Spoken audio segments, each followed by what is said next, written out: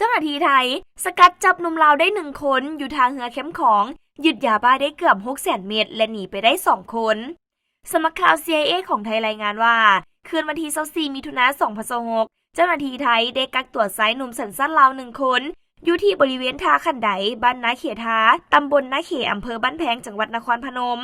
ในระหว่างการปฏิบัติหน้าที่เจ้าหน้าที่ได้กวดพบเรือต้องสงสัยแล่นมาจากฝั่งสาธารณรัฐประชาธิปไตยประชาชนลาวมุ่งหน้ามาฝั่งไทยแต่เมื่อขับมาฮอดกลางแม่น้ำของคนขับได้มอดเครื่องจักรเรือเพื่อปิดเสียงแล้วช่วยกันพายเรือเข้าฝั่ง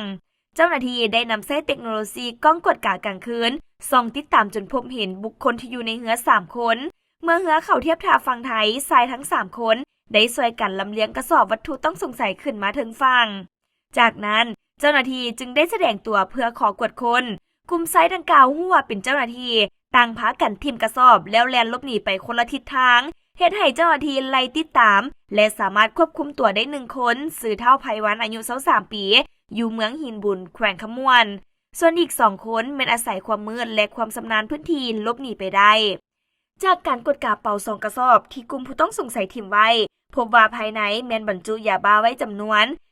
568,000 เม็ดดังนั้นเจ้าหน้าที่จึงได้กวดยึดยาบ้าทั้งหมดพร้อมเรือหางยาว1 ลำไว้เป็นของกลาง